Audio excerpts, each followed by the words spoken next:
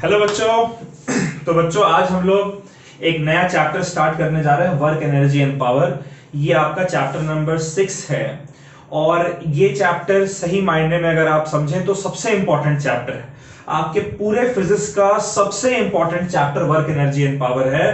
Work energy का जो concept है ये आपको हर जगह यूज करना, आप चाहे कोई भी चैप्टर पढ़ें वहां पर वर्क और एनर्जी का कॉन्सेप्ट आपको जब तक आप फिजिक्स पढ़ेंगे तब तक आपको यूज करना है। तो इस चैप्टर में आप थोड़ा ज्यादा डेडिकेशन के साथ, ज्यादा मेहनत के साथ समझेंगे और खुद भी आप अच्छे से पढ़ेंगे, प्रैक्टिस करेंगे, तब फिर आगे की जो चैप्टर्स हैं उसको पढ़ने में हमें मजा आएगा। ठीक है बच्चों, तो वर्क एनर्जी पावर का कॉन्सेप्ट जानने के लिए सबसे पहले हम एक छोटा सा कॉन्सेप्ट आज सीखेंगे, वो है स्केलर प्रोडक्ट और डॉट प्रोडक्ट का।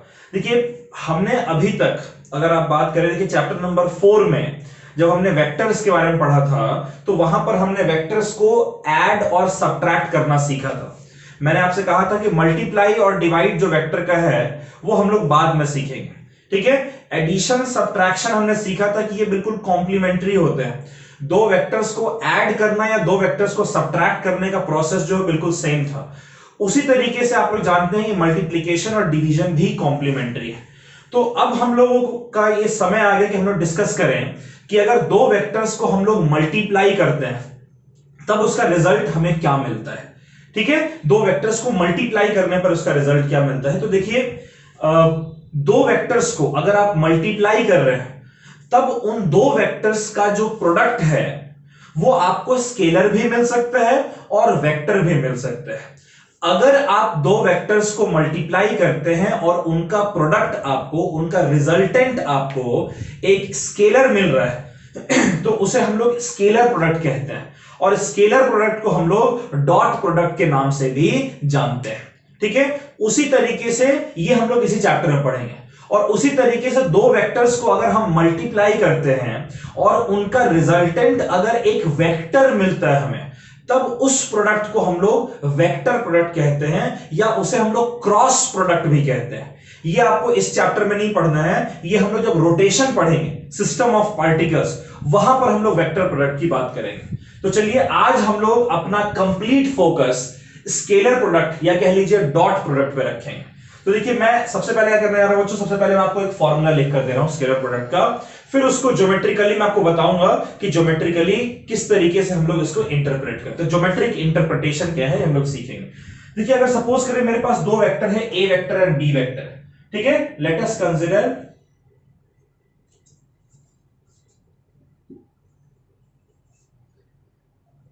ए वेक्टर एंड बी वेक्टर।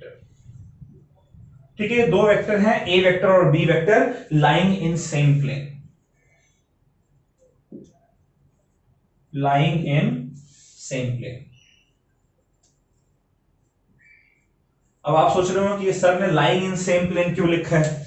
याद करिए जब हम लोग वेक्टर का एडिशन और सब्ट्रैक्शन पढ़ रहे थे तो वहां हमने क्या सीखा था कि भैया दो वेक्टर्स को हम ऐड या सब्ट्रैक्ट अगर कर रहे हैं तो सबसे पहला कंडीशन हमें यह देखना पड़ेगा कि ये दोनों वेक्टर्स सेम प्लेन में लाई कर रहे हैं या नहीं।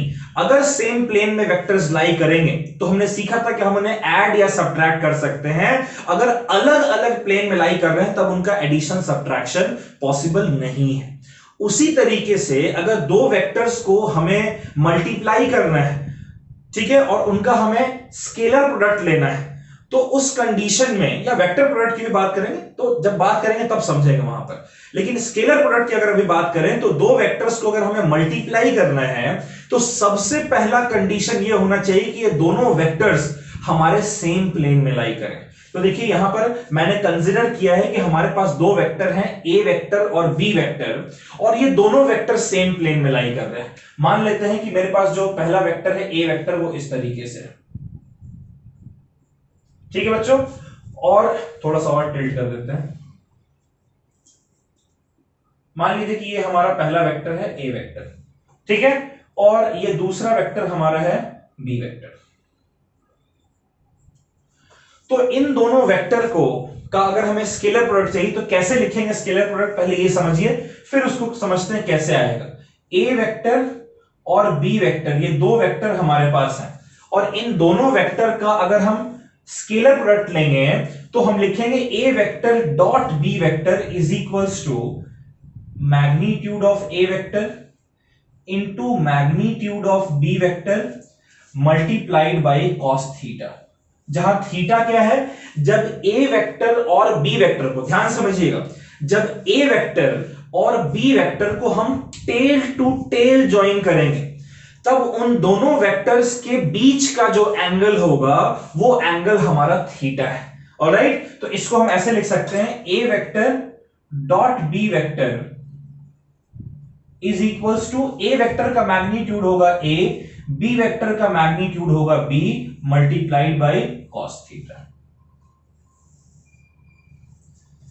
ठीक है, अब अभी आप ये दिमाग मतलब है कि ये कैसे आया, क्यों आया, वो मैं आपको समझाऊंगा। लेकिन अगर हमारे पास दो वेक्टर हैं, ए वेक्टर और बी वेक्टर, और दोनों वेक्टर अगर सेम प्लेन में लाई कर रहे हैं तो उस केस में इन दो वेक्टर्स को हम लोग मल्टीप्लाई कर सकते हैं। इनका मल्टीप्लीकेशन हमें एक स्केलर प्रोडक्ट मिल सकता है। कैसे मिलेगा स्केलर प्रोडक्ट? अगर स्केलर प्रोडक्ट हमें मिल रहा है तो उसके लिए सबसे पहली बात तो कि ए वेक्टर और बी वेक्टर दोनों को मुझे टेल टू टेल ज्वाइन करना पड़ेगा और उनके बीच का जो एंगल है वो एंगल मुझे पता करना पड़ेगा। अगर मैंने टेल टू टेल ज्वाइन किया और एंगल मुझे पता चल गया तो उस केस में इन दो वेक्टर्स का जो डॉट प्रोडक्ट है, डॉट ले रहे हैं ना, तो डॉट प्रोडक्ट या स्केलर प्रोडक्ट आप कहें, वो हमारा ए वेक्टर डॉट बी वेक्टर क्या होगा, ये होगा इक्वल टू पहले वेक्टर का मैग्नीट्यूड मल्टीप्लाइड बाय दूसरे वेक्टर का magnitude multiplied by cos theta, जहां थीटा इन दोनों वेक्टर को टेल टू टेल ज्वाइन करने पर उसके बीच का एंगल। तो ए वेक्टर के मैग्नीट्यूड को मैंने ए लिखा, बी वेक्टर के मैग्नीट्यूड को बी लिखा। अब नोटिस कीजिए लेफ्ट राइट हैंड साइड ए मैग्नीट्यूड है, बी मैग्नीट्यूड है और कॉस थीटा ये भी एक नंबर है, मैग्नीट्यूड है, यानी कि ए बी और कॉस थीटा तीनों स्केलर है। ए स्केलर, बी भी स्केलर और कॉस थीटा भी स्केलर। तो राइट हैंड साइड पर तीनों नंबर स्केलर हैं, यानी कि राइट हैंड साइड आपका स्केलर क्वांटिटी है। और राइट हैंड साइड जब स्केलर क्वांटिटी है तो लेफ्ट हैंड साइड भी तो स्केलर क्वांटिटी होना चाहिए ना। इक्वल टू साइन तो हमें यही बताता है कि अगर राइट हैंड साइड स्केलर है तो लेफ्ट हैंड साइड भी स्केलर होना चाहिए। तो इस तरीके से अगर हम दो वेक्टर्स को मल्टीप्लाई करते हैं तो हमें एक स्केलर प्रोडक्ट मिलता है, इसीलिए उसे हम लोग स्केलर प्रोडक्ट या फिर डॉट प्रोडक्ट भी कहते हैं, ए वेक्टर डॉट बी वेक्टर। अब इसका ज्योमेट्रिक इंटरप्रिटेशन ये आता कैसे है ये हम लोग समझते हैं। ठीक है, इसका हम लोग जरा ज्योमेट्रिक इंटरप्रिटेशन देखते हैं।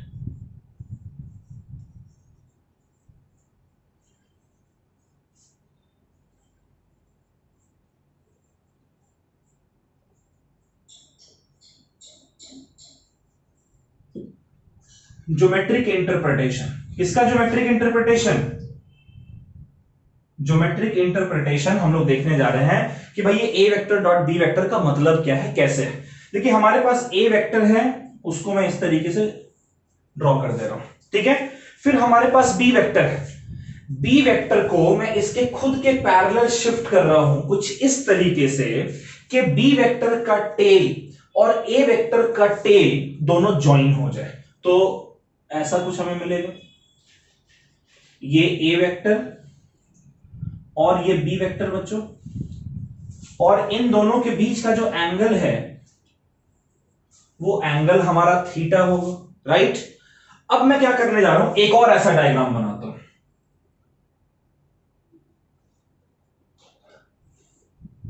ये ए वेक्टर और ये बी वेक्टर और उसके बीच का एंगल थीटा, ठीक है। अब जरा समझिएगा, थोड़ा सा टेढ़ा बन गया, आप स्केल से ड्रॉ करिएगा तो आपका बिल्कुल सही बनेगा, ठीक है। अब समझिएगा मैं क्या कर रहा हूं। इस प्रोडक्ट, इन दो वेक्टर्स का प्रोडक्ट लेने के दौरान हमें करना क्या है कि सबसे पहले ए वेक्टर का और बी वेक्टर का टेल तो मैंने ज्वाइन कर दिया, लेकिन दोनों का हेड देखिए बिल्कुल फ्री है, कहीं ज्वाइंट नहीं। तो करना क्या है हमें कि ए वेक्टर का जो हेड है वहां से बी वेक्टर के ऊपर एक परपेंडिकुलर ड्रॉ करते हैं, ठीक है। बी वेक्टर के ऊपर एक परपेंडिकुलर, हम इसे कहते हैं कि हम ए वेक्टर का कंपोनेंट निकाल रहे हैं किस डायरेक्शन में, बी वेक्टर के डायरेक्शन में। तो अब मुझे बताइए ए वेक्टर का कंपोनेंट कितना होगा बी वेक्टर के डायरेक्शन में। तो हमने सीखा था कि थीटा के साथ वाला साइड, थीटा और 90 डिग्री के बीच वाला जो साइड है वो हमारा बेस होता है, और वो हमारा हो जाएगा इस वेक्टर का magnitude multiplied by cos theta. Right बच्चों। तो अब मुझे बताइए, अगर मैं ए वेक्टर का कंपोनेंट बी वेक्टर के अलोंग और बी वेक्टर का जो मैग्नीट्यूड है, जो कि दोनों सेम डायरेक्शन में है, इसीलिए हम मैग्नीट्यूड की बात कर रहे हैं, इनका अगर हम प्रोडक्ट लेते हैं तो उस केस में उस प्रोडक्ट को हम लोग a vector dot B vector कहते हैं। ठीक है, ये हमारा क्या हो जाएगा, a cos theta into b, यानी कि a into B into cos theta. Right, मैंने क्या किया है, ए वेक्टर और बी वेक्टर का स्केलर प्रोडक्ट या डॉट प्रोडक्ट निकालने के लिए किसी भी एक वेक्टर के हेड से दूसरे वेक्टर के ऊपर एक प्रोजेक्शन, एक कंपोनेंट निकालते हैं। तो जो इस वेक्टर का जो कंपोनेंट है दूसरे वेक्टर के अलोंग और दूसरे वेक्टर का जो मैग्नीट्यूड है, ठीक है, उन दोनों का हम लोग डॉट प्रोडक्ट ले रहे हैं। ठीक है, उन दोनों का हम लोग प्रोडक्ट लेंगे, क्या हो जाएगा, ए कॉस थीटा और बी वेक्टर का मैग्नीट्यूड हो जाएगा बी, तो इसलिए a into B into cos theta. आप बोलेंगे सर आपने तो यहां पर स्केलर लिया है, जानबूझ के स्केलर लिया, नहीं जानबूझ के स्केलर नहीं लिया है। देखिए ए कॉस थीटा की जो डायरेक्शन है और बी वेक्टर की जो डायरेक्शन है दोनों सेम है ना, दोनों के बीच का एंगल 0 हुआ ना, तो जब दोनों सेम है, पैरेलल है, एंगल 0 है, तो जाहिर सी बात है वेक्टर तो हट जाएगा ना। क्लियर है। तो इसीलिए a into B into cos theta ये हमारा हो गया a vector dot b vector. अच्छा, उसी तरीके से मैं b वेक्टर से भी तो एक परपेंडिकुलर ड्रॉ कर सकता हूं ना a वेक्टर के ऊपर। तो b वेक्टर का कंपोनेंट कितना हो जाएगा इसके अलोंग, b cos थीटा। ठीक है, अब चूंकि आपने b वेक्टर का कंपोनेंट, a वेक्टर का कंपोनेंट लिया था तो a vector dot b vector, b vector का कंपोनेंट लिया है तो इसे हम लिखेंगे b vector dot a vector. ये हमारा कितना हो जाएगा, b cos theta into a vector का मैग्नीट्यूड, तो फिर से ये हो जाएगा a into b cos theta. आप नोट कर सकते हैं बच्चों, यहां से आप कुछ प्रॉपर्टीज लिख सकते हैं, प्रॉपर्टीज ऑफ स्केलर प्रोडक्ट।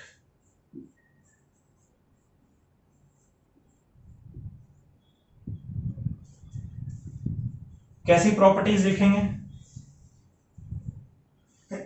देखिए सबसे पहली प्रॉपर्टी तो ये है कि जो स्केलर प्रोडक्ट है ये कॉम्यूटेटिव होता है, कॉम्यूटेटिव, यानी कि ए वेक्टर का कंपोनेंट आप बी वेक्टर के अलोंग लें या फिर बी वेक्टर का कंपोनेंट आप ए वेक्टर के अलोंग लें, दोनों एक दूसरे के बराबर होते हैं। यहां पर मैंने ए वेक्टर का कंपोनेंट लिया बी वेक्टर के अलोंग, यहां बी वेक्टर का कंपोनेंट लिया ए वेक्टर के अलोंग, और जो प्रोडक्ट है इनका वो प्रोडक्ट हमेशा सेम आ रहा है। सो देयरफॉर जो स्केलर प्रोडक्ट जो है, ठीक है बच्चों, जो स्केलर प्रोडक्ट है, प्रॉपर्टीज ऑफ स्केलर प्रोडक्ट, जो स्केलर प्रोडक्ट है वो कॉम्यूटेटिव होता है नेचर में। यानी आप ए वेक्टर और बी वेक्टर का जब डॉट प्रोडक्ट लेना है तो आप किसी भी एक वेक्टर का प्रोजेक्शन दूसरे वेक्टर के ऊपर, किसी भी एक वेक्टर का कंपोनेंट दूसरे वेक्टर के ऊपर लेकर और उनका प्रोडक्ट निकाल सकते हैं। उसी तरीके से ये डिस्ट्रीब्यूटिव भी होता है,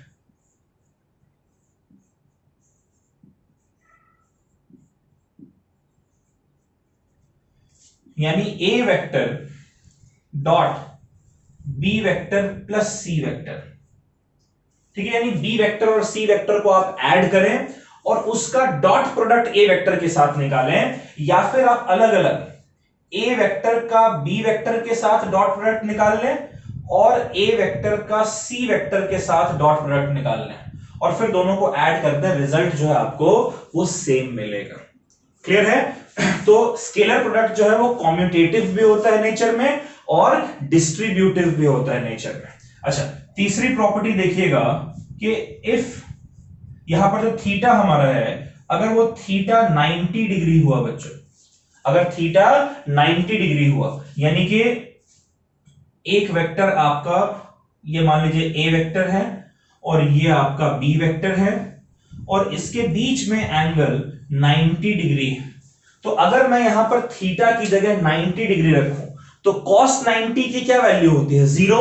तो उस केस में अगर थीटा 90 डिग्री है तब A vector dot B vector हो जाएगा equals to A into B into cos 90 degree which is equals to 0। अगर दो वेक्टर एक दूसरे के परपेंडिकुलर हैं तो उस केस में इन दोनों वेक्टर का स्केलर प्रोडक्ट 0 के बराबर होगा। ठीक है, उसी तरीके से अगर if two vectors are parallel,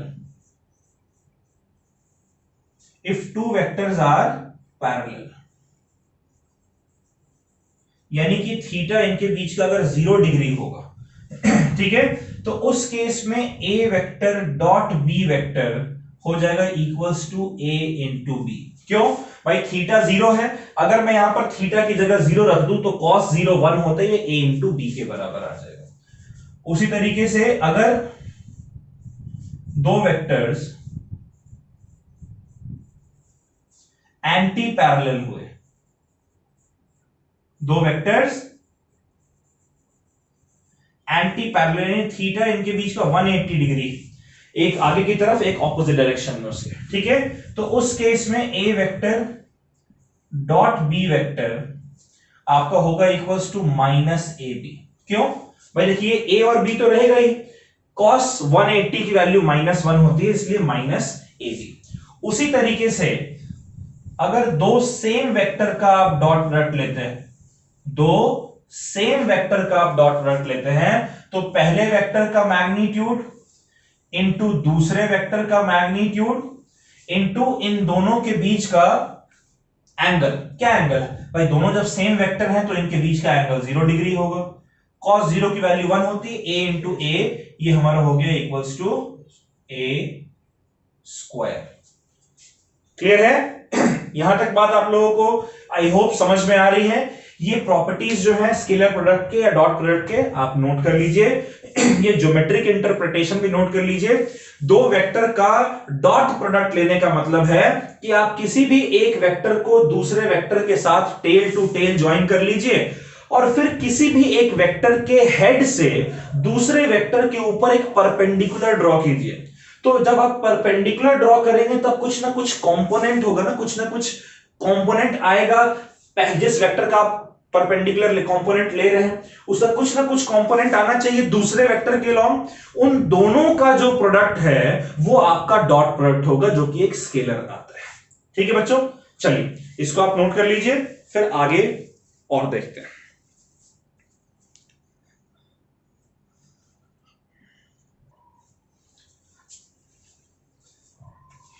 चलिए बच्चों, यूनिट वेक्टर का डॉट प्रोडक्ट हम लोग देखते हैं कैसे होता है। ठीक है, यूनिट वेक्टर्स के लिए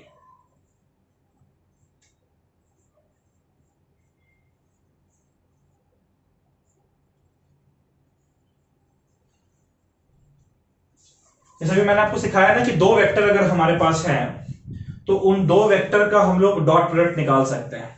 तो यूनिट वेक्टर भी तो वेक्टर ही है ना, तो अगर दो यूनिट वेक्टर मेरे पास है उनका डॉट प्रोडक्ट अगर हम लेंगे तो क्या आएगा समझते हैं। पहले हम सेम तरीके के यूनिट वेक्टर का डॉट प्रोडक्ट लेंगे, फिर अलग अलग तरीके के यूनिट वेक्टर का डॉट प्रोडक्ट लेंगे।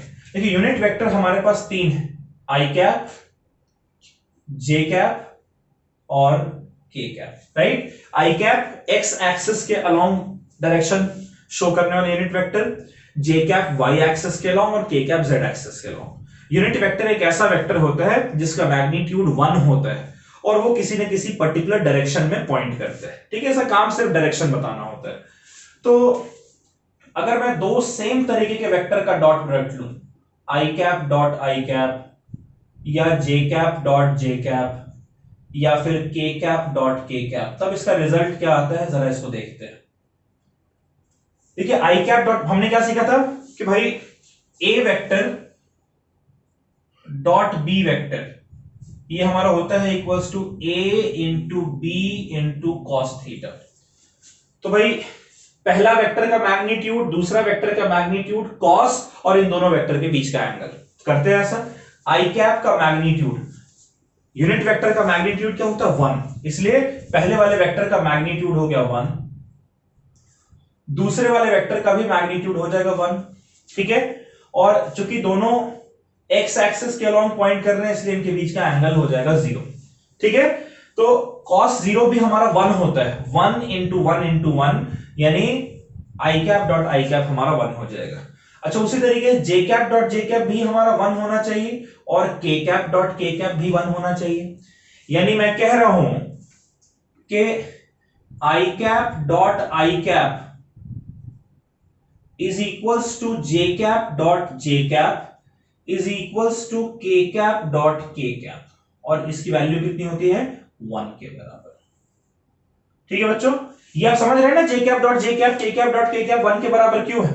इसका मैग्नीट्यूड 1, इसका मैग्नीट्यूड 1, दोनों के बीच का एंगल 0, तो cos 0 1, तो 1 ही आएगा। अच्छा, उसी तरीके से अगर मैं दो अलग डायरेक्शन वाले वेक्टर का डॉट प्रोडक्ट लूं, यूनिट वेक्टर का, जैसे कि अगर मैं लूं i cap dot j cap या फिर j cap dot k cap या फिर k cap dot i cap. अच्छा, नोटिस कीजिएगा, इसको मैं j cap dot i cap भी लिख सकता हूं। हमने पढ़ा था ना, ए vector dot B vector is equals to b vector dot i vector, commutative होता है। तो आई वेक्टर डॉट जे वेक्टर लिखें या जे वेक्टर डॉट आई वेक्टर लिखें, एक ही बात है। वैसे इसको लिख सकते हैं के vector dot j cap, sorry के कैप डॉट जे कैप, इसको लिख सकते हैं आई कैप डॉट के कैप। इनकी वैल्यू क्या होती है जरा समझते हैं। देखिए, आई कैप का मैग्नीट्यूड होगा 1, जे कैप का मैग्नीट्यूड हो गया 1, और आई कैप एक्स एक्सिस के अलोंग, जे कैप वाई एक्सिस के अलोंग, इनके बीच का एंगल है 90 डिग्री, तो cos 90 डिग्री, cos 90 की वैल्यू होती है 0, इसलिए पूरा प्रोडक्ट जो है वो 0 हो जाएगा। तो उसी तरीके से जे कैप डॉट के कैप या आई cap dot k cap dot i cap, ये सब 0 के बराबर हो गया। ठीक है बच्चों, चलिए यहां तक तो बात क्लियर है। एक चीज और देख लेते हैं हम लोग। सपोज करिए, हमने ये सीखा था जब हम वेक्टर्स पढ़ रहे थे, तो कि अगर मेरे पास एक वेक्टर है ए वेक्टर, इस ए वेक्टर को मैं लिख रहा हूं a x I cap plus a y j cap, और उसी तरीके से मेरे पास एक वेक्टर है बी वेक्टर, ये मेरा है बी एक्स आई cap plus B y j cap. हमने सीखा था ना 4th चैप्टर में कि किसी भी एक वेक्टर को जो प्लेन में लाई कर रहे हैं, उसको उसके कोऑर्डिनेट एक्सिस के अलोंग जो वेक्टर्स होते हैं उसके सम के फॉर्म में लिख सकते हैं। तो ax यहां पर क्या है, इस a वेक्टर का कंपोनेंट है x एक्सिस के अलोंग, ay a वेक्टर का कंपोनेंट y एक्सिस के अलोंग, उसी तरीके से bx और by। अब अगर मुझे कोई कहे कि भैया मुझे तो आप a vector dot b vector पता करके बताओ, तो भाई a vector dot b vector, a vector dot b vector, ठीक है। a वेक्टर की जगह क्या लिखेंगे, ए x I cap plus a y j cap. B vector की जगह बी एक्स आई cap plus B y j cap लिख सकते हैं। अब जरा इनका प्रोडक्ट लेते हैं। इसको तो मल्टीप्लाई करना आता ही है हमें, पहले इसको इससे मल्टीप्लाई करेंगे। ए एक्स आई कैप डॉट, बीच में डॉट है, डॉट बी एक्स आई कैप, फिर ए एक्स आई कैप को बी वाई जे कैप के साथ करेंगे, तो हो जाएगा प्लस ए एक्स आई कैप, ठीक है, dot b y j cap. बहुत आसान सा रिजल्ट आएगा बच्चों। उसके बाद अब ए वाई जे कैप को मल्टीप्लाई करते हैं, ए y j cap dot B x आई कैप, ठीक है, और फिर ए वाई जे कैप को बी वाई जे कैप से करते हैं, तो a y j cap dot b y j cap. चलिए अब इसे मैं क्या लिख रहा हूं, ए एक्स बी एक्स तो नंबर्स हैं, इनको बाहर ले लेते हैं, a x into b x, bracket में बचा i cap dot i cap. वैसे ये a x b y bracket में क्या बचा, i cap dot j cap, और यहां पर है ए वाई बी एक्स, ठीक है, ब्रैकेट में बचेगा j cap dot i cap, और वैसे यहां पर ए वाई बी वाई बाहर निकाल लेते हैं, तो ब्रैकेट में बचेगा j cap dot j cap. अब देखिए हमने सीखा है कि i cap dot j cap zero के बराबर है, तो ये पूरा टर्म जीरो हो जाएगा भाई, इसको जीरो से मल्टीप्लाई करेंगे जीरो आएगा। उसी तरीके से जे कैप डॉट आई कैप भी जीरो होगा, ये दोनों टर्म तो हमारे जीरो हो गए। अच्छा, आई कैप डॉट आई कैप कितना होता है, 1 के बराबर होता है, और जे कैप डॉट जे कैप भी 1 के बराबर होते हैं। तो यहां से बच्चों हमारा ए वेक्टर डॉट बी वेक्टर क्या निकल कर आया, ए x b x plus a y b Y. Clear है? चलिए, अच्छा इसी तरीके से डायरेक्ट लिखते हैं इसको हम लोग। अगर ए वेक्टर हमारा होता है a x I cap plus a y j cap plus a Z के कैप, अब ये 3 डायमेंशन में हम चले गए, ठीक है। और उसी तरीके से बी वेक्टर हमारा होता बी एक्स आई cap plus B y j cap plus B Z के कैप। तब बच्चों ए वेक्टर डॉट बी वेक्टर क्या होता, सोचिए, डायरेक्ट हम लोग लिख सकते हैं। अब ये हमारा होता है a x b x plus a y b y plus a z b z, right? Clear है? चलिए इसको नोट कर लीजिए, समझ के अच्छे से नोट करिएगा, नोट कर ले बच्चों।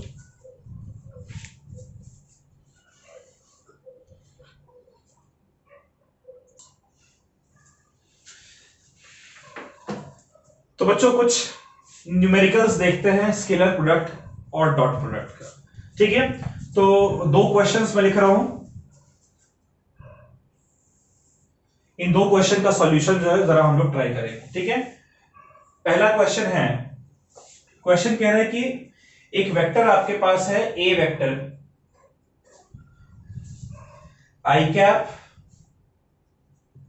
Plus 2 J cap minus k cap, और दूसरा वेक्टर है बी वेक्टर, ये आपको दिया हुआ है माइनस आई कैप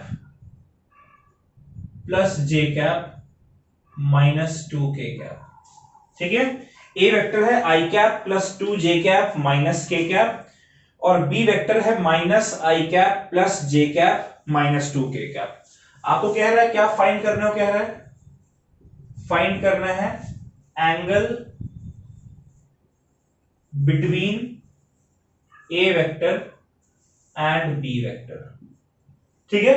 और हमारे पास जो फॉर्मूला है वो फॉर्मूला मैं यहां लिख दे रहा हूं, A vector dot B vector होता है equals to A into B into cos theta, जहां ए वेक्टर का मैग्नीट्यूड है, बी वेक्टर का मैग्नीट्यूड है, और थीटा इन दोनों वेक्टर के बीच का एंगल है, ठीक है। इसी फॉर्मूले के बेसिस पर आपको ये फाइंड करना है। एक क्वेश्चन है, ए वेक्टर है equals to 2 I cap plus lambda J cap plus के कैप, और बी वेक्टर है 4 I cap minus 2 J cap minus 2 K cap, ठीक है। इन दोनों के बीच का जो एंगल है वो आपको दिया हुआ है 90 degree. Alright, you have to find the value of lambda. आपको लैम्डा की वैल्यू फाइंड करनी है ताकि इन दोनों का जो डॉट प्रोडक्ट है वो आपको लैम्डा की वैल्यू फाइंड करनी है, ठीक है, ताकि ये दोनों वेक्टर्स जो हैं वो एक दूसरे के परपेंडिकुलर। एक बार वीडियो पॉज करके थोड़ा सा इस पे सोचें, अगर आपको क्लिक करता है तो आप एक बार पहले सॉल्व कर लीजिए, फिर मेरा सॉल्यूशन देखिए। अगर क्लिक नहीं करते हैं कोई बात नहीं, हम लोग इसको सॉल्व करके सीखेंगे। एक बार आप जरा सोचें इस पर।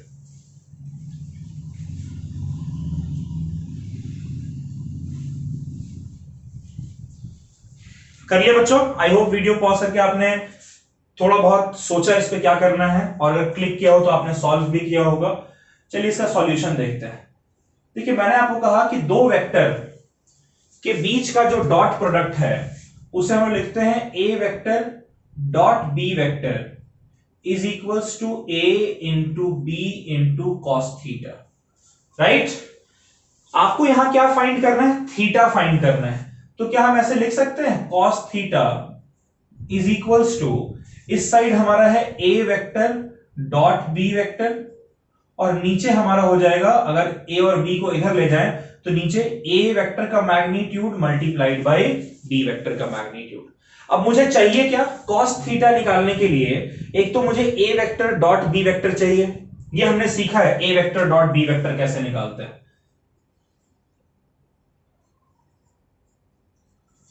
पहले मैं लिख दूंगा i cap plus 2j cap minus k cap dot minus i cap plus j cap minus 2k cap, राइट। अब इनका डॉट प्रोडक्ट निकालते हैं। डॉट प्रोडक्ट निकालने का ए वेक्टर डॉट बी वेक्टर का फॉर्मूला क्या आया था? ए x b x plus a y b y plus a z b Z, यानी कि ये आई कैप सिर्फ आई कैप के साथ डॉट प्रोडक्ट आएगा, क्योंकि आई कैप डॉट आई कैप 1 होता है। लेकिन इसी आई कैप को जे कैप के साथ लेंगे डॉट प्रोडक्ट तो आई कैप डॉट जे कैप 0 होगा।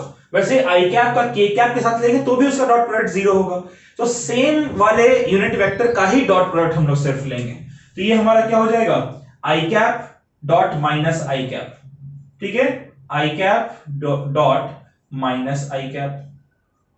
उसी तरीके से 2j cap dot j cap, और उसी तरीके से minus k cap dot minus 2k cap. बाकी सारे टर्म्स जो है वो तो 0 हो जाएंगे, ठीक है। अच्छा, आई cap dot minus i cap, ये माइनस तो चलिए माइनस रहेगा, ये आई कैप डॉट आई कैप 1 होगा, इसलिए ये हो जाएगा -1। जे कैप डॉट जे कैप 1 होता है, इसलिए बचेगा सिर्फ +2। उसके बाद फिर माइनस और माइनस हो गया प्लस, इंटू प्लस ये आपका आएगा प्लस। के कैप डॉट के कैप, ये माइनस प्लस हो गया, इसको प्लस से मल्टीप्लाई के साइन हमारा हो गया। अब जरा नंबर देखते हैं। के कैप के साथ नंबर है 1 और इस के कैप के साथ नंबर है 2, तो 1 इंटू 2 हो गया हमारा 2, और के कैप डॉट के कैप तो 1 होता है। तो ये हमारा आ गया equals to A vector dot B vector is equals to 2 + 2 4 - 1 3। चलिए A vector dot B vector मिल गया। अब हमने जब हम मोशन इन प्लेन पढ़ रहे थे तो किसी भी वेक्टर का मैग्नीट्यूड निकालना हमने सीखा था। हमने सीखा था कि ए वेक्टर का जो मैग्नीट्यूड है यानी कि ए, ये आपका होता है √ax² + ay² + az²। ये होता है ना, तीनों जो कंपोनेंट्स हैं उनके स्क्वायर को ऐड करके और रूट ले लीजिए। तो भाई बताइए, ये आई कैप है यानी ax कितना है 1, तो 1 का स्क्वायर प्लस फिर है जे कैप 2 है, यानी ay जो है वो 2 है तो 2 का स्क्वायर प्लस k के साथ है -1 यानी कि -1 का स्क्वायर। तो बच्चों यहां से a की वैल्यू जो है कितनी आ रही, 1 का स्क्वायर 1, 2 का स्क्वायर 4 और -1 का स्क्वायर 1, तो 1 + 1 2 + 4 6, यानी b की वैल्यू आ रही है हमारी √6, राइट। सॉरी a की वैल्यू। उसी तरीके से b की वैल्यू कितनी आनी चाहिए, डायरेक्ट लिखते हैं -1 का स्क्वायर प्लस j के साथ 1 है तो 1 का स्क्वायर प्लस k के साथ -2 है तो -2 का स्क्वायर। -2 का स्क्वायर हो गया 4, 1 का स्क्वायर 1 यानी 4 + 1 5 और इसका भी 1 6, ये भी आपका हो जाएगा √6, ठीक है। तो अब हम लोग इस फॉर्मूले cos थीटा को एक बार फिर से देखते हैं। cos थीटा जो कि हमारा है equals to A vector dot B vector upon a into B. तो A vector dot B vector हमारा कितना है बच्चों, 3 के बराबर। ए हमारा कितना है, √6, और बी हमारा कितना है, √6। तो √6 इंटू √6 क्या होता है, 6, यानी कि 3/6 ये हो जाएगा इक्वल्स टू 1/2। यानी cos थीटा हमारा आ रहा है इक्वल्स टू 1/2। तो cos की कौन सी वैल्यू है जिसके लिए 1/2 होता है, तो यहां पर थीटा जो है वो हमारा 60 डिग्री होना चाहिए। cos 60 की वैल्यू 1/2 होती है। यही तो एंगल हमसे फाइंड करने को कह रहा था, राइट। चलिए, एक तो ये सवाल हुआ। अब दूसरा सवाल है, आपको दो वेक्टर दिया गया है और पहले से कह रहा है कि भैया एंगल तो 90 डिग्री के बराबर है, आपको लैम्डा की वैल्यू फाइंड करनी है। फिर से सेम फॉर्मूला लगेगा, a vector dot B vector is equals to A vector का मैग्नीट्यूड इंटू बी वेक्टर का मैग्नीट्यूड इंटू कॉस थीटा। लेकिन थीटा यहां पर क्या है बच्चों, 90 डिग्री, तो क्यों ना मैं थीटा की जगह डायरेक्ट 90 डिग्री लिखूं। अब बताइए cos 90 की वैल्यू क्या होती है, 0, तो ये हमारा हो जाएगा इक्वल्स टू 0। अगर ये 0 है तो a इंटू बी इंटू 0 पूरा 0 हो गया ना, यानी कि हमारा कंडीशन आ रहा है कि भैया a vector dot b vector हमारा 0 के बराबर होना चाहिए। हमेशा याद रखिएगा, अगर दो वेक्टर के बीच का डॉट प्रोडक्ट 0 के बराबर आ रहा है यानी कि वो परपेंडिकुलर है एक दूसरे के, और अगर पहले से आपको दे रखा है कि परपेंडिकुलर है, इसका मतलब कि आपको ए वेक्टर डॉट बी वेक्टर, दो वेक्टर का डॉट प्रोडक्ट 0 मान के चलना है। ठीक है, तो चलिए ए वेक्टर की जगह वैल्यू रख देते हैं। इसकी क्या वैल्यू है, 2i कैप, ये आसान क्वेश्चन, बहुत आसान हो गया, प्लस लैम्डा जे कैप प्लस के कैप, डॉट बी वेक्टर की जगह 4i cap minus 2j cap minus 2k cap. Clear है। अब कैसे कैसे लेते हैं भाई, आई कैप का सिर्फ आई कैप के साथ करेंगे, ये आई कैप का जे कैप या आई कैप का के कैप के साथ डॉट प्रोडक्ट लेने का कोई मतलब नहीं बनता है। तो ये हमारा हो जाएगा 2i cap dot 4i cap. फिर अगला लैम्डा जे cap dot minus 2j cap plus के cap dot minus 2k cap. ठीक है, और ये किसके बराबर होना चाहिए, 0 के बराबर। आई कैप डॉट आई कैप होगा 1, तो 2 इंटू 4 हो गया इक्वल्स टू 8। उसी तरीके से प्लस और माइनस को मल्टीप्लाई करेंगे तो ये माइनस हो जाएगा, लैम्डा को 2 से मल्टीप्लाई करेंगे तो हो जाएगा 2 लैम्डा, और जे कैप डॉट जे कैप तो बेचारा 1 के बराबर होता है। ठीक है, उसी तरीके से प्लस और माइनस को मल्टीप्लाई करेंगे तो माइनस, ऑलराइट, और के कैप के साथ 1 है, 1 इंटू माइनस 2 हो जाएगा, मतलब 1 इंटू 2 हो जाएगा 2, और के कैप डॉट के कैप तो 1 के बराबर हो गया इक्वल टू 0। अच्छा, 8 माइनस 2 होता है 6, 6 minus 2 lambda is equal to 0। Minus 2 lambda को इधर लाते हैं तो हो जाएगा 2 लैम्डा इज इक्वल टू 6। इसको मैं लिख रहा हूं 2 लैम्डा इज इक्वल टू 6 इस तरीके से, और 2 को अगर इधर ले आएंगे तो लैम्डा की वैल्यू हमें 3 मिल जाएगी। यानी कि लैम्डा की वैल्यू अगर 3 के बराबर है तो उस केस में ये दोनों वेक्टर एक दूसरे के परपेंडिकुलर होंगे। क्लियर है बच्चों, चलिए नोट कर लीजिए, समझ समझ कर इसको नोट करिएगा।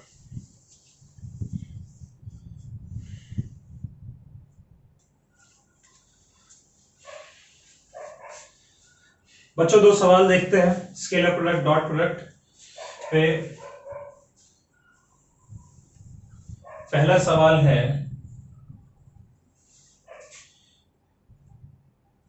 कि magnitude, if magnitude of two vectors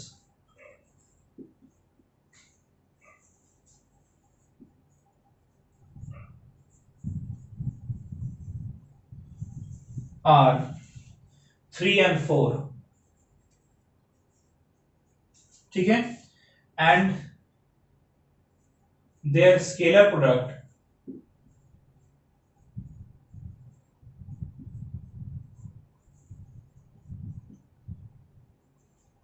is 6।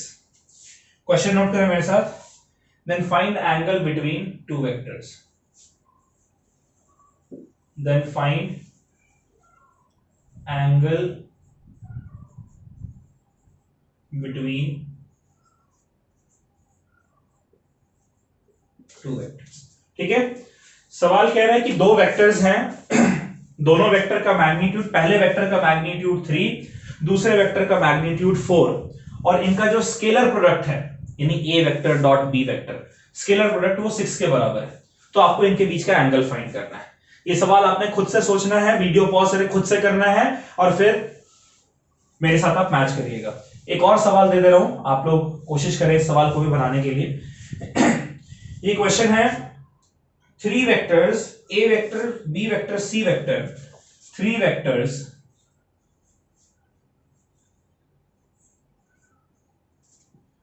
A vector B vector C vector, ठीक है, आर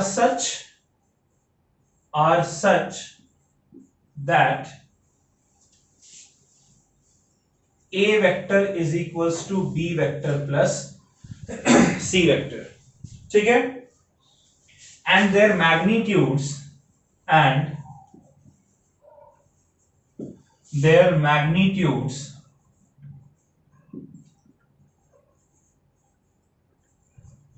are 5, 4 and 3। ठीक है, क्वेश्चन कह रहा है find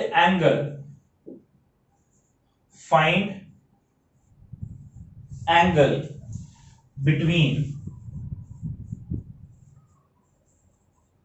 A vector and C vector.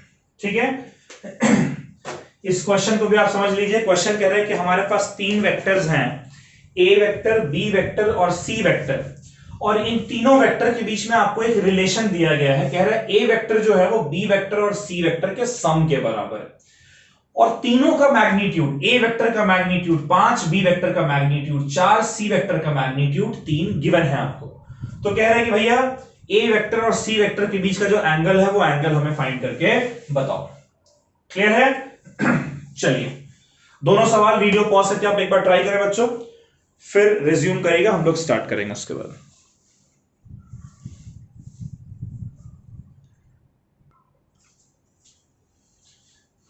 कर लिया बच्चों? मैं उम्मीद करता हूं आपने वीडियो पॉज करके और सोचा और कुछ आपको क्लिक किया होगा। ये बहुत आसान, ये सवाल तो बहुत ही ज्यादा आसान है। देखिए, कह रहा है कि दो वेक्टर का मैग्नीट्यूड दिया हुआ है, उसका स्केलर प्रोडक्ट भी दिया हुआ है, एंगल कह रहा है। तो फॉर्मूला कौन सा यूज करेंगे? मान लीजिए एक वेक्टर ए वेक्टर है, दूसरा वेक्टर बी वेक्टर है, तो ए वेक्टर और बी वेक्टर का डॉट प्रोडक्ट क्या होगा? ए वेक्टर का मैग्नीट्यूड इंटू बी वेक्टर का मैग्नीट्यूड इंटू कॉस थीटा। अब आपसे एंगल फाइंड करने को बोल रहे हैं, तो आप लिख सकते हैं cos theta is equals to, इस साइड है ए वेक्टर डॉट बी वेक्टर, और ए बी को इधर ले आएगा तो हो जाएगा ए इंटू बी। अब सब कुछ तो दिया हुआ है, इन दो वेक्टर के बीच का जो स्केलर प्रोडक्ट है वो 6 है, यानी a vector dot B vector आपको 6 दिया हुआ है, और ए वेक्टर का मैग्नीट्यूड है 3, बी वेक्टर का मैग्नीट्यूड है 4, तो इनके मैग्नीट्यूड को मल्टीप्लाई कर देते हैं। ठीक है, यानी यहां से हमारा कॉस थीटा जो है बच्चों वो आ रहा है इक्वल्स टू 1/2, और कॉस थीटा 1/2 कब होता है? जब थीटा हमारा 60 डिग्री के बराबर। तो कितना एंगल है इनके बीच का? 60 डिग्री एंगल। ठीक है, चलिए एक ये आखिरी सवाल हम लोग देख लेते हैं। ये सवाल है कि 3 वेक्टर्स हैं ए बी सी, और ए वेक्टर जो बी वेक्टर और सी वेक्टर के सम के बराबर है, और तीनों का मैग्नीट्यूड दिया गया है। आपको कह रहा है ए वेक्टर और सी वेक्टर के बीच का एंगल फाइंड करने को। अच्छा, ए वेक्टर इस साइड हो और सी वेक्टर इस साइड है, तो इनके बीच का एंगल तो हम लोग नहीं फाइंड कर सकते हैं, इसलिए मुझे सी वेक्टर को ना इस साइड लेकर आना पड़ेगा। ये हमेशा याद रखिएगा, जिन दो वेक्टर्स के बीच का एंगल फाइंड करना, वो दोनों वेक्टर्स सेम साइड होने चाहिए। ये अपोजिट साइड होने में परेशानी हो जाएगी। तो मेरे को देखिए क्या लिखा हुआ है, सवाल में लिखा हुआ है ए vector is equals to b vector plus C vector.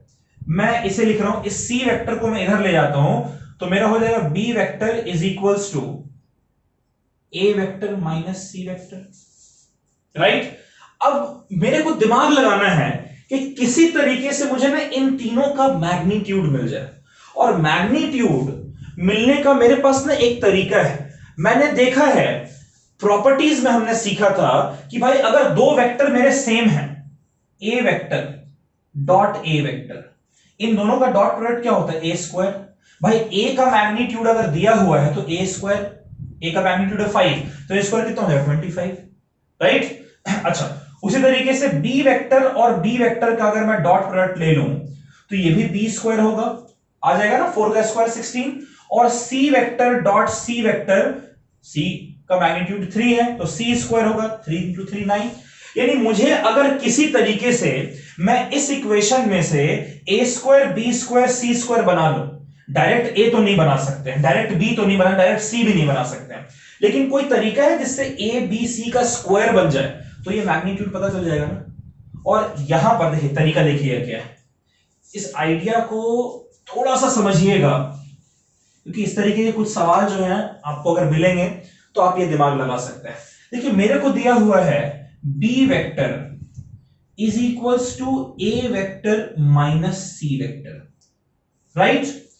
मैं दोनों साइड बी वेक्टर के साथ डॉट प्रोडक्ट ले रहा हूं, यानी इस साइड मैं बी वेक्टर का एक डॉट प्रोडक्ट ले लिया और इस साइड भी बी वेक्टर का डॉट प्रोडक्ट ले लिया। भाई पहले मेरे पास क्या इक्वेशन था, B vector is equals to A vector dot C vector, इस साइड मैंने कर दिया डॉट बी वेक्टर से डॉट प्रोडक्ट लिया और इस साइड भी बी वेक्टर से डॉट प्रोडक्ट लिया। दोनों साइड सेम फंक्शन परफॉर्म कर रहे हैं ना, तो इक्वेशन में कुछ गड़बड़ तो नहीं होगा। चलिए, B vector dot B vector क्या होता है, बी स्क्वायर, तो ये हो गया बी स्क्वायर, ठीक है। इसको देखिए मैं कैसे लिख रहा हूं, इसको मैं लिख रहा हूं A vector minus C vector dot B vector की जगह लिख सकते हैं ए वेक्टर माइनस सी वेक्टर, तो ये हो जाएगा मेरा ए vector minus C vector. Confuse नहीं होना है, मेरे से कह रहे हैं कि भाई ए वेक्टर और सी वेक्टर के बीच का डॉट प्रोडक्ट निकालना है, तो अगर मैं a vector minus C vector इन दोनों का अगर मैं डॉट प्रोडक्ट लूं तो फॉर्मूले में क्या एंगल मेरा ए और सी वेक्टर के बीच का आएगा, बिल्कुल आएगा। यहां पर मैंने उसके लिए क्या किया, मेरे को ए वेक्टर और सी वेक्टर के बीच का मैग्नीट्यूड चाहिए था, इसलिए मैं सी वेक्टर को ए वेक्टर की तरफ ले गया। ये जो इक्वेशन है इसमें दोनों साइड मैं बी वेक्टर से डॉट प्रोडक्ट ले लेता हूं, ठीक है। इधर तो मैंने B vector dot B vector लिखा, ये बी स्क्वायर आ गया। इधर जो कि A vector minus C vector था, तो मैंने बी वेक्टर की जगह यहां से A vector minus C vector उठाकर इसकी जगह लिख दिया, ठीक है। अब देखिए मेरा फॉर्मूला क्या बनेगा, अब मेरा इक्वेशन क्या बनेगा, इक्वेशन बन रहा B square is equal to A vector dot A vector, ठीक है, दोनों को मल्टीप्लाई कर रहे हैं, ए वेक्टर डॉट ए वेक्टर और A vector dot minus C vector, यानी minus A vector dot C vector, ठीक है। यहां पर मल्टीप्लाई करेंगे क्योंकि हमें नहीं पता है कि ए वेक्टर कौन से डायरेक्शन में और सी वेक्टर परपेंडिकुलर थोड़ी है, ऐसा थोड़ी मेंशन किया होगा परपेंडिकुलर, इसलिए इन दोनों का डॉट प्रोडक्ट हम ले लिया। फिर माइनस सी वेक्टर डॉट ए वेक्टर, या फिर से हो जाएगा माइनस सी वेक्टर डॉट ए वेक्टर, और माइनस इंटू माइनस प्लस सी वेक्टर डॉट सी वेक्टर, ठीक है, क्लियर है। अरे आपने पढ़ा है ना a minus b into a minus b, यानी ए माइनस बी का होल स्क्वायर क्या होता है, a square plus b square minus 2ab, वही वाला तरीका है। अच्छा बच्चों, सी वेक्टर डॉट ए वेक्टर जो है उसको क्या मैं a vector dot C vector लिख सकता हूं, कॉम्यूटेटिव लो, तो इसकी जगह मैं सी वेक्टर डॉट ए वेक्टर की जगह मैं यहां पर a vector dot C vector लिख दे रहा हूं, क्लियर है। अब देखिए ये मेरा हो गया B square is equal to A vector dot A vector A square, ठीक है। आप समझ रहे हैं ना, ए वेक्टर डॉट ए वेक्टर का मतलब हो गया पहले वेक्टर का मैग्नीट्यूड इंटू दूसरे वेक्टर का मैग्नीट्यूड इंटू कॉस थीटा, और दो सेम वेक्टर है तो इसके बीच का एंगल 0 डिग्री हो, कॉस 0 होता है 1, इसको हटा दीजिए, ए इंटू ए हमारा ए स्क्वायर हो जाएगा, ठीक है।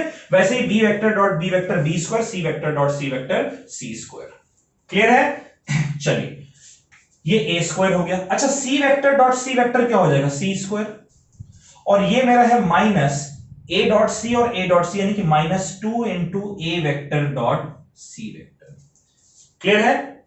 अच्छा minus 2 a vector dot C vector मेरा यहां पर है, ये हो गया B square plus a square को इधर ले जाएंगे तो minus a square, plus c square को इधर ले जाएंगे तो minus c square, is equal to minus 2 a vector dot C vector को लिख सकते हैं, ए वेक्टर का मैग्नीट्यूड सी वेक्टर का मैग्नीट्यूड इनटू इनके बीच का एंगल का कॉस थीटा। यही थीटा तो हमें फाइंड करना था, ए वेक्टर और सी वेक्टर के बीच का एंगल। अब मुझे बताइए बी वेक्टर का स्क्वायर कितना है, बी का स्क्वायर कितना है, बी सेकंड वेक्टर है, इसका मैग्नीट्यूड मुझे 4 दिया हुआ है, तो 4 का स्क्वायर हो गया 16। ए के मैग्नीट्यूड का स्क्वायर, भाई ए का मैग्नीट्यूड 5 दिया हुआ है, तो 5 का स्क्वायर 25। ठीक है, सी का स्क्वायर, सी वेक्टर का मैग्नीट्यूड 3 दे रखा, उसका square 9 is equals to -2 into A का मैग्नीट्यूड 5, सी का magnitude 3 into cos theta. Clear है बच्चों? 25 और 9 दोनों सेम साइन के हैं, ऐड करेंगे तो हो जाएगा 34। ठीक है, 16 माइनस 34 हमारा होता है 18, लेकिन चूंकि माइनस साइन बड़ा है, माइनस साइन वाला नंबर, तो ये -18 is equals to -2 5 10, 10 3 30, -30 cos theta. Minus से माइनस कट गए, ऑलराइट, और यहां से हमारा आ गया cos theta is equals to 18/30, यानी कि 3/5।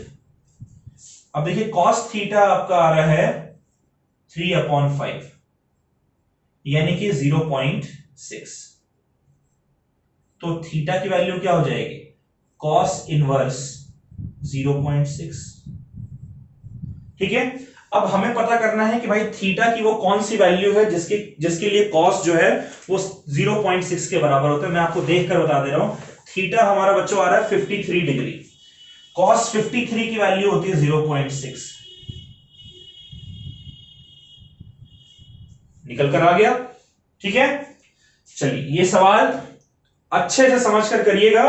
जिन दो वेक्टर के बीच का मैग्नीट एंगल निकालने को बोला है, सबसे पहला ट्रिक तो यही था कि भाई दोनों वेक्टर को एक साइड रखना है, और उसके बाद फिर मुझे डॉट प्रोडक्ट कुछ इस तरीके से लेना है कि मुझे ए बी और सी का मैग्नीट्यूड मिल जाए। तो मैंने दोनों साइड बी वेक्टर का मैग्नीट्यूड ले लिया, सॉरी डॉट प्रोडक्ट ले लिया, और फिर बी वेक्टर की जगह ए वेक्टर डॉट सी वेक्टर रखा, और फिर डॉट प्रोडक्ट के हिसाब से मैं इक्वेशन लेकर आ गया, और जो भी इक्वेशन में वैल्यू सही थी उस वैल्यू को पुट करके मैंने सॉल्व कर लिया। ठीक है, दिमाग लगाने वाला सवाल था, ज्यादा डिफिकल्ट नहीं था। इस तरीके के क्वेश्चंस भी आप लोग थोड़े बहुत ट्राई कर लीजिएगा। चलिए इसको नोट कर ले बच्चों।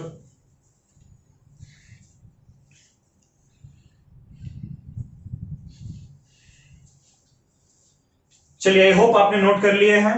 तो आज का लेक्चर हम लोग यहीं पर समाप्त कर रहे हैं। ये हमने आज जो सीखा है उसको इस चैप्टर में थ्रू आउट यूज करना है, ठीक है, क्योंकि जब हम वर्क के बारे में पढ़ेंगे तो फोर्स और डिस्प्लेसमेंट के बीच का डॉट प्रोडक्ट होता है वर्क। ठीक है, तो वो सीखेंगे तब समझ में आएगा। अभी तक थोड़ा सा स्केलर प्रोडक्ट पे कुछ सवाल जो है अपने एंड से, और इसके थ्योरी को अच्छे से पढ़ लीजिएगा। अगले लेक्चर में नए टॉपिक के साथ पढ़ेंगे। ठीक है बच्चों, चलिए नोट कर लीजिए। Bye bye.